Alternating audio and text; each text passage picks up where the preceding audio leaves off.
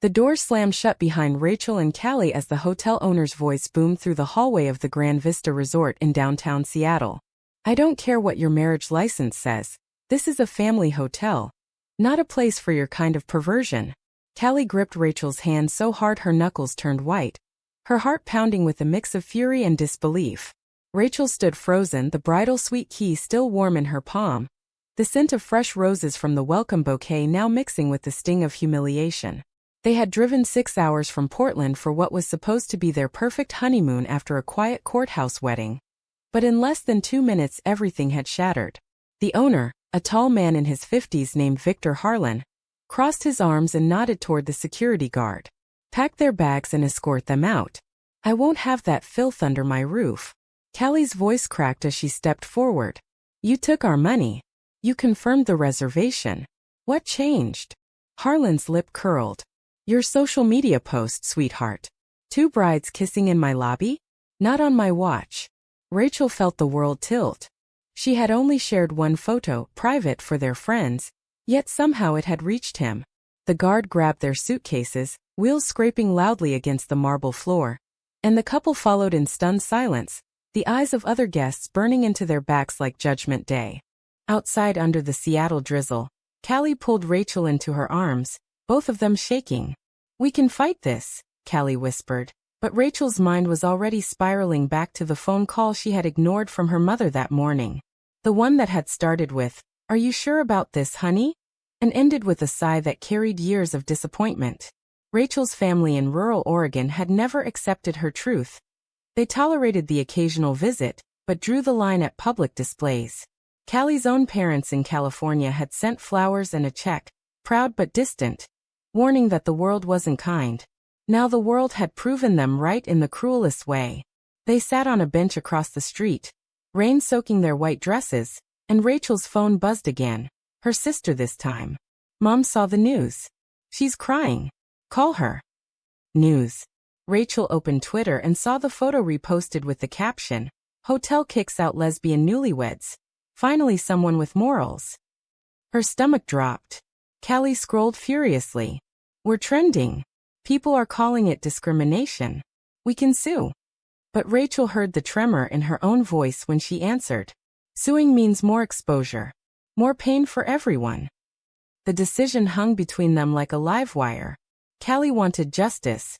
Rachel wanted peace. They had promised each other forever.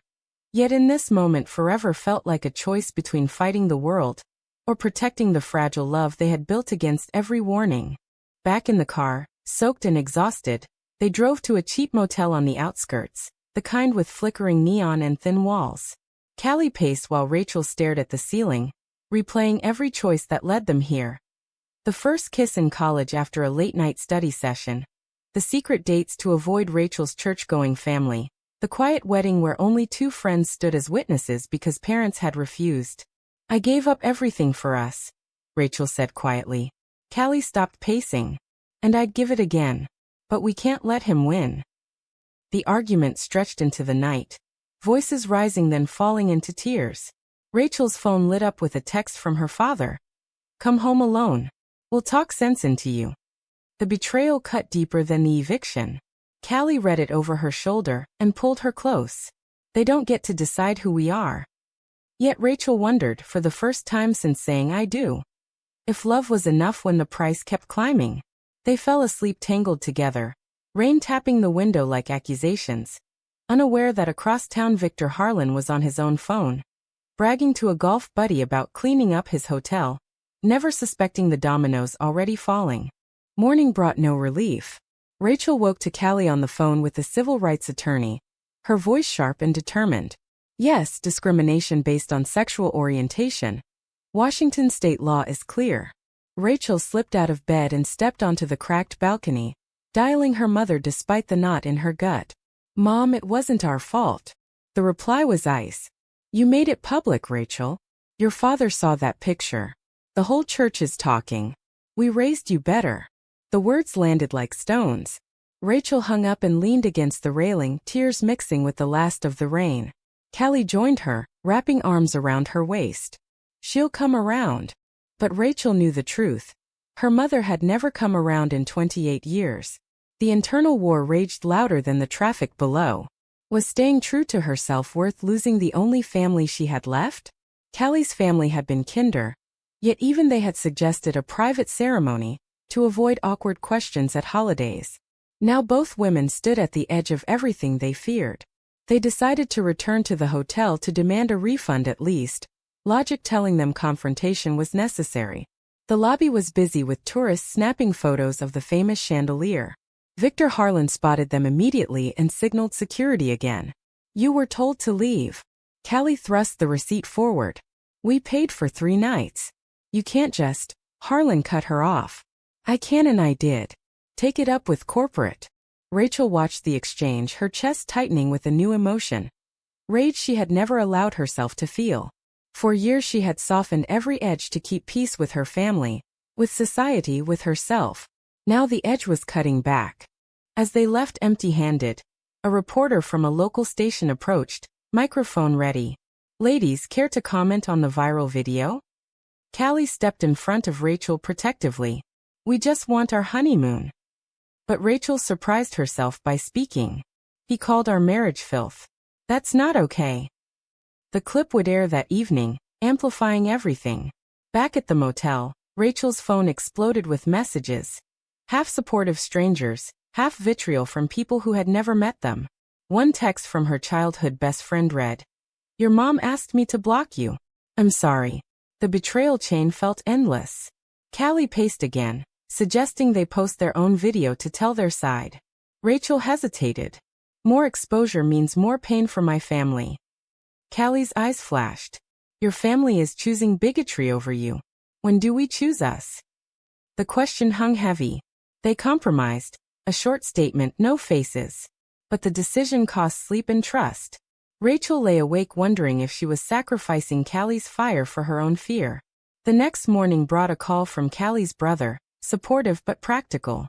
"Lawyer says you have a case, but it'll drag on for months. Are you ready for that?" Ready?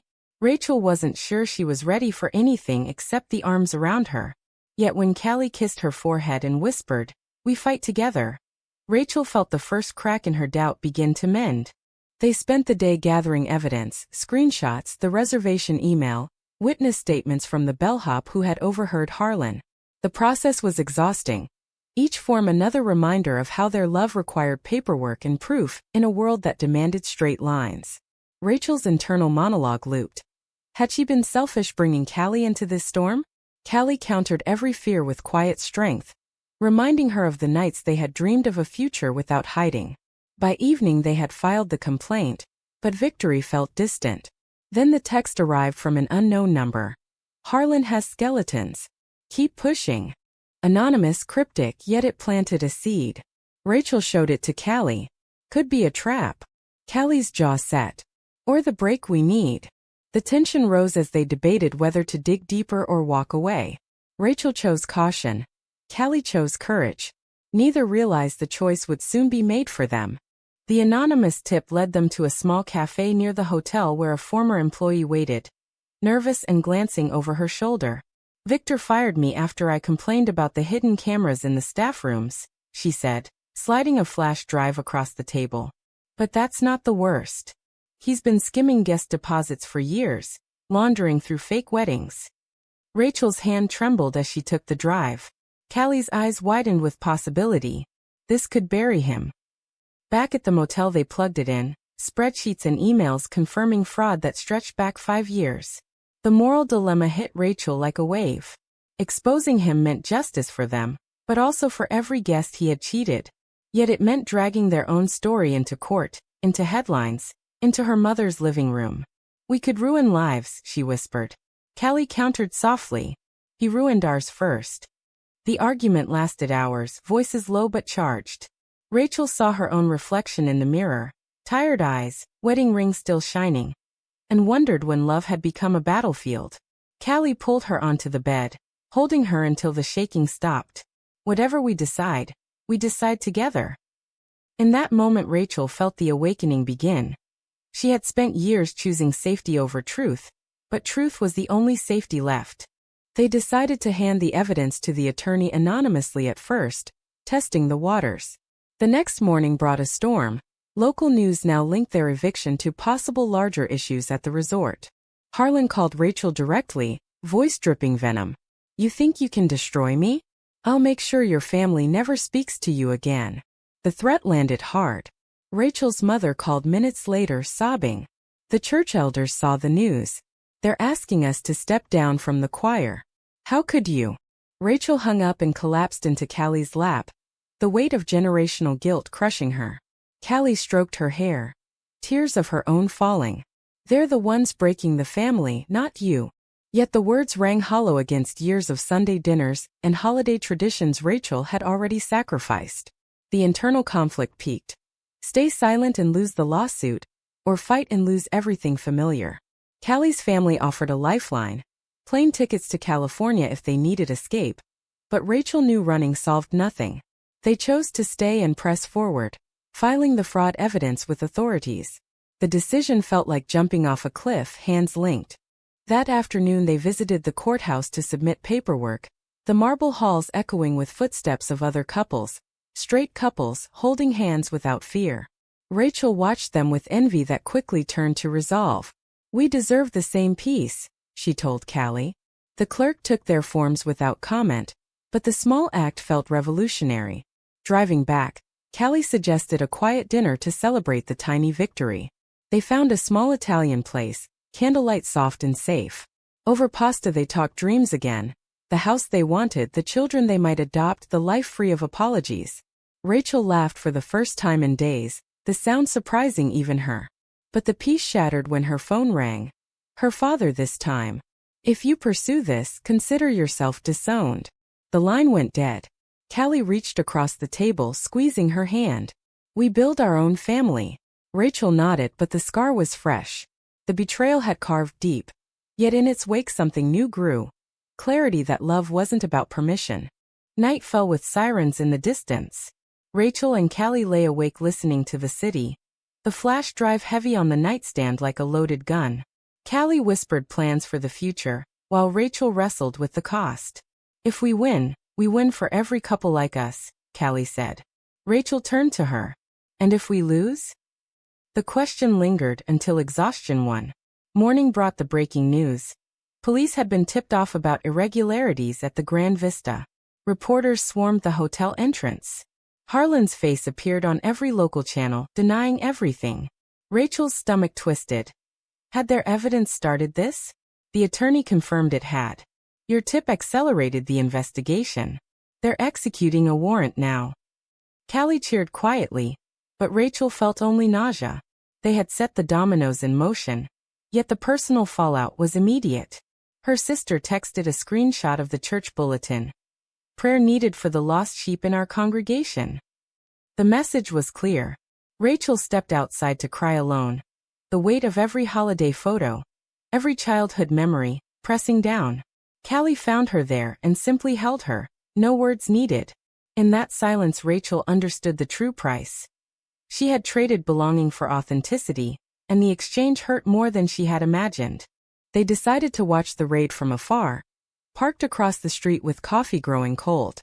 Officers streamed into the hotel, Harlan let out in handcuffs, face pale. The moment should have felt victorious, but Rachel saw only another broken family. Harlan's wife watching from the lobby, children confused in the background. "We didn't plan this," she murmured. Callie reminded her gently. "He planned the hate." Still the moral gray area widened. Had they become what they hated?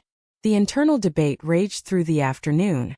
Callie argued justice required consequences. Rachel feared becoming the bully. They compromised by releasing a statement focused only on their experience, letting the fraud case stand on its own. The decision brought temporary peace, but the phone calls from strangers offering support or threats continued. Rachel's college roommate reached out, someone she hadn't spoken to in years, saying, "I always knew you were brave." The words landed like bomb, reminding her that new family could form where old one fractured. Evening brought a surprise visitor to their motel, Harlan's daughter, a young woman in her 20s with the same sharp jaw as her father. "He disowned me 3 years ago when I came out," she said quietly. "I was the one who tipped the fraud hotline after he fired my girlfriend for the same reason he fired you." The revelation stunned them both. Callie hugged her immediately. Rachel stood frozen, seeing her own future reflected. The daughter left a card with the lawyer's number. "You're not alone." That night Rachel and Callie talked until dawn, the conversation shifting from pain to possibility. Rachel admitted the awakening. Prejudice wasn't just outside. It had lived inside her, fear of losing approval. Callie shared her own scars from years of being the different one. The dialogue healed something neither had named. They made love for the first time since the eviction. Not with passion but with tenderness that felt like rebuilding. The decision to keep fighting felt lighter now, anchored in shared truth rather than anger. The lawsuit moved quickly once the fraud charges dominated headlines. Rachel and Callie sat in the attorney's office signing depositions, the room quiet except for the scratch of pens. Rachel's hand shook on the final page. "This means testifying in open court." Callie nodded, steady as always. "We tell our story once and it's over." But Rachel knew court would reopen every wound. Family watching from the gallery, reporters twisting words. The night before the hearing she called her mother one last time, offering an olive branch. "I still love you." The reply was soft but final. "We love you too, but we can't condone this life." The call ended the chapter Rachel had clung to. She turned to Callie and said simply, "I choose us." The words marked the deepest shift yet. In court the next day, Harlan sat across the aisle in a suit that no longer fit his diminished status. Rachel took the stand first, voice clear despite the pounding heart. She described the eviction, the slurs, the public humiliation. Cross-examination tried to paint them as activists seeking publicity. Callie's testimony dismantled that narrative with quiet facts. The judge listened, expression unreadable. Outside afterward, strangers applauded. Rachel felt exposed yet strangely free, like shedding a skin she had outgrown. The media frenzy intensified. Rachel's family issued a public statement distancing themselves, the words stinging like salt in open cuts. Callie's parents flew up for support, their presence a quiet contrast that highlighted the imbalance. Rachel wrestled with jealousy and gratitude in equal measure. One evening she broke down in the motel bathroom, whispering to the mirror, "Was it worth it?" Callie knocked softly and entered, pulling her into the shower where warm water washed away tears and doubts. They stood together under the spray, reaffirming vows made in a courthouse months earlier. The betrayal from family had forced a reckoning. Love wasn't inherited, it was chosen daily. The next court date brought partial victory. The hotel chain settled quietly, offering compensation and a formal apology. Harlan's criminal case continued separately. Rachel and Callie used part of the money to book a new honeymoon in a small coastal town where no one knew their names. Packing felt like closing a painful book. Yet Rachel paused at the door, looking back at the cheap motel that had become their unintended sanctuary. "We survived," she said. Callie smiled. "We thrived." The drive south was filled with laughter and plans, buying a house, starting a small business together, maybe fostering kids someday. Rachel's phone stayed mostly silent now. The family silence had become its own answer. The internal scars remained, but they no longer defined her. Callie noticed the change, teasing gently that Rachel finally walked like someone who belonged to herself. They stopped at a roadside diner, sharing fries and dreams under fluorescent lights that felt warmer than any luxury suite. The journey mirrored their relationship, winding, marked by detours yet always forward. Rachel realized the greatest trade-off hadn't been family or reputation. It had been the illusion of control. Letting go had opened space for something truer. The new honeymoon cottage overlooked the Pacific, waves crashing like applause for their survival. Rachel and Callie unpacked slowly, savoring the absence of judgment. Morning walks on the beach became ritual. Hands linked openly for the first time without scanning for stares. Rachel's journal filled with reflections. The eviction had stripped away pretense, revealing the strength she never knew she possessed.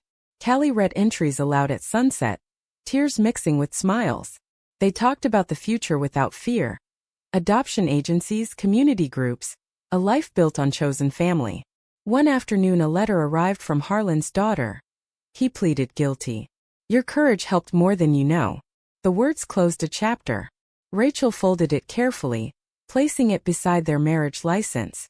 The moral questions that had tormented her now settled into quiet acceptance. Justice wasn't perfect, but silence had never been safe. Back in Portland weeks later, they moved into a modest house with a backyard big enough for future dogs and kids. Rachel's phone rang once, her sister voice hesitant. "Mom's been asking about you. Not ready yet, but maybe someday." The crack in the wall offered hope without expectation. Callie hugged her from behind.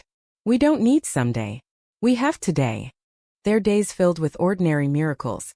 Grocery runs where they kissed in aisles, work meetings where colleagues knew and didn't care, evenings cooking together while laughing at old memories. The drama had forged them stronger, each betrayal teaching resilience, each awakening deepening love. Rachel no longer questioned if the price was worth it. The life they shared answered daily. Friends gathered for a housewarming, toasting to the couple who refused to hide. In that circle Rachel saw the family she had chosen, vibrant and real. Yet the scars lingered in quiet moments, holidays without childhood traditions, the empty seat at Thanksgiving. Callie noticed and always pulled her close, reminding her that healing wasn't linear. They attended support groups, sharing their story to help others facing similar evictions of the heart. Rachel spoke last at one meeting, voice steady. "I lost a world I thought I needed and gained one I never knew existed." The applause wasn't for drama but for truth.